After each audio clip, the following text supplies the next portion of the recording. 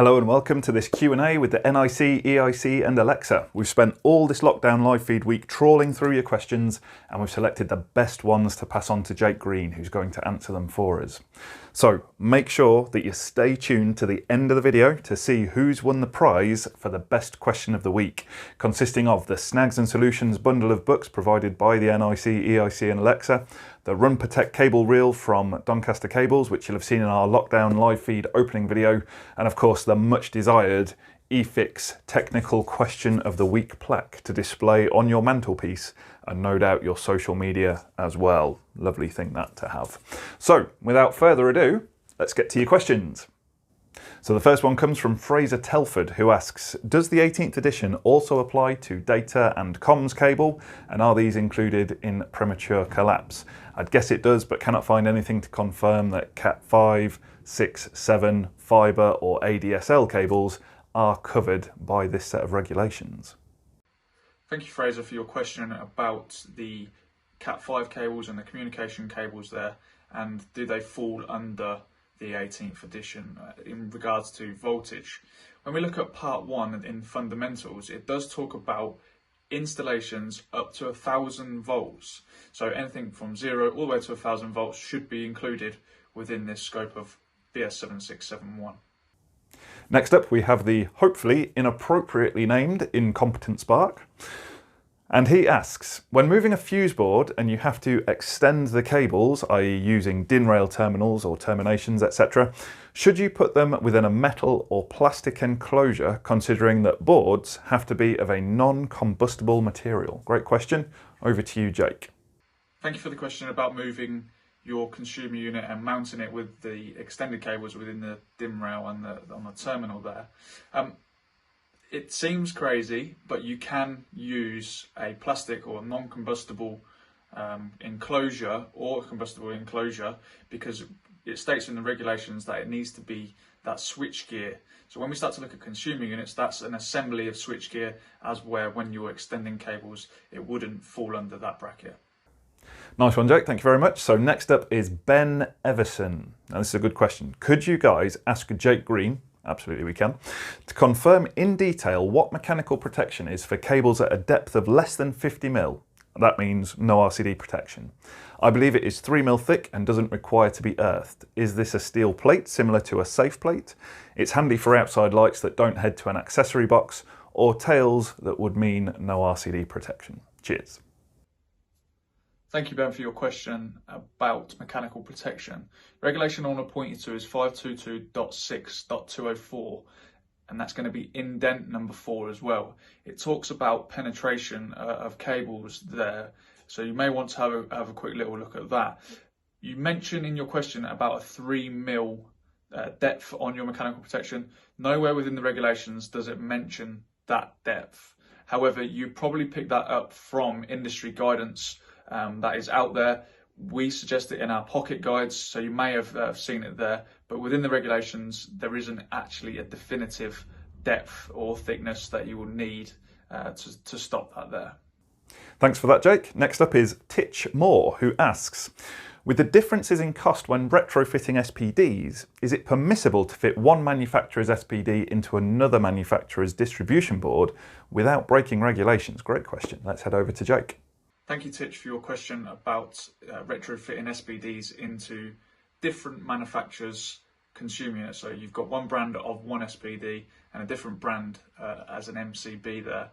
We need to take into account section 134, where it talks about good workmanship, good practices, and taking into consideration manufacturer's instructions. So if the manufacturer will allow you to put their SPD inside another consumer unit, and the person with the consumer unit will allow you to put other brands in there, then yes, you can do so. However, if the manufacturers will not let you do that, you would then become the assembly designer. So you would probably need to make sure that your insurance is up to date when looking at that. That's a great point there, Jake. Thank you very much. And up next, we've got a question from Ali Abjal. Now he's talking about bathrooms, and he says all circuits in the bathroom are protected by a 30 mA RCD, the main bonding is present and correct, and the bathroom does not have any metallic pipes coming from outside of the house. The bathroom is upstairs, but does have a metal pipe coming through a brick wall from the bedroom radiator next to it. Do the metal pipes in the bathroom require bonding? Another good question. Over to you, Jake. Thank you, Ali, for your question and around bonding. You mentioned that you have a 30 milliamp RCD present. You mentioned that you already have bonding coming into the property via the services, whether that's gas, water, oil, or any other incoming service to the property. So you've already mentioned that. You're now asking, do I need to further bond the pipework that's coming through the wall? Does it constitute an extraneous conductive part, or is it already bonded via one of the other services, whether it be gas or water? You can do a test. In short, you need to isolate that pipework, isolate all the return paths, so that'd be the bonding clamps, etc. Isolate it completely, then do a test. So you clip on at your MET, then you would take a wandering lead to where that pipework is, do a test on 500 megaohms, measure your values. If you're getting anything between 0.05 and 0, it's already connected. If you're getting anything between 0.05 and 22,000 ohms, it suggests that it probably does need to be connected. If you're getting anything above that, then there would be no requirement for it to be bonded.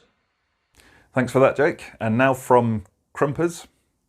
With regards to sockets, is there a regulation that states that a circuit dedicated to a server should not be RCD protected? Thank you, Crumpers, for the question around RCDs and servers. When we look at the regulations, it goes on to state that circuits below 32 amps should be put on RCDs.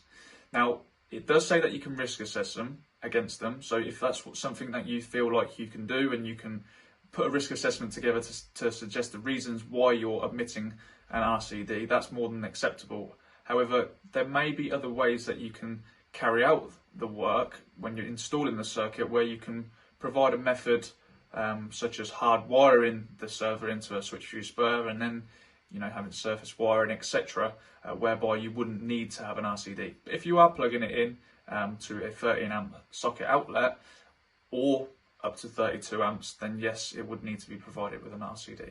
Cheers, Jake. Next up, we have George Oxley. Okay, so do torque screwdrivers need to be recalibrated at certain intervals or not at all? Cheers.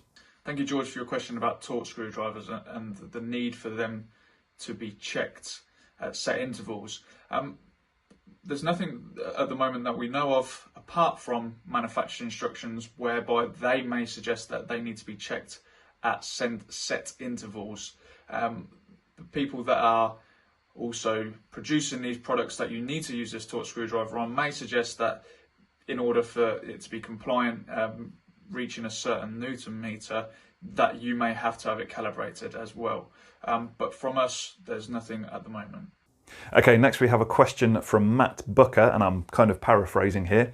Should SPDs be provided with overcurrent protection? Good question. Thank you, Matt, for the question regards SPDs and should they be provided with overcurrent protection. When we start to look at SPDs and how they're fitted, it probably is more so down to the manufacturers and their instructions and how they recommend that you install it.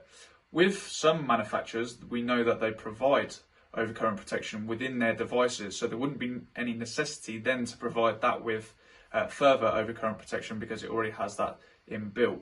However, if it doesn't have that overcurrent protection inbuilt within the device, then it would be highly advisable that you would provide it with overcurrent protection. And finally, from Loco Sajoka, who's been very active on our social media this week, so well done for that. And his question is, as AFDs are mentioned in the 18th edition, it is still only a recommendation on the part of the installer to use them. Will the new regulations or a future amendment make them compulsory? Good question. Jake? Thanks for the question in around AFDs and them being part of that 18th edition.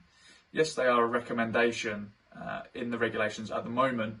Do we see them progressing in the future? We're completely unsure at the moment. We don't have the information to provide you with how that's going to look, whether they're going to be mandated or not. We know that other countries have mandated them, but here in the UK under BS7671, we have no more information on that. So thanks for that, Jake. We really appreciate you helping us and the viewers out with the answers to those questions, and we can be sure that there'll be questions being asked by many electricians up and down the country. So thank you very much for covering the answers to those for us. So let's get to the exciting part now. Who's going to win all of those excellent prizes that we discussed earlier in the video? Well, Jake has made his choice. He went through the questions, and the question that has won, the question that he thought was the best one of the week, was from Ben Everson with his question on the mechanical protection of cables that are buried in walls less than 50mm deep with no RCD protection. So really well done, Ben. It's good to see the depth of thought that electricians are putting into their installations, that they want to get the job done properly. That's really excellent. So great work, and we hope that all the prizes come in handy. Make sure you post a picture of yourself with them, and especially your winner's plaque in pride of place. So make sure we get to see that on your social media, because that's a pretty cool thing to have, actually. I think I should get one of those for helping to answer technical questions of the week, but there we go. So once again, thanks very much to Doncaster Cables and the NIC, EIC and Alexa for the excellent prizes that they gave us. Thanks so much to Jake Green for answering our questions. We really appreciate that. Thanks to our viewers for their excellent questions, but most of all, thank you very much for watching.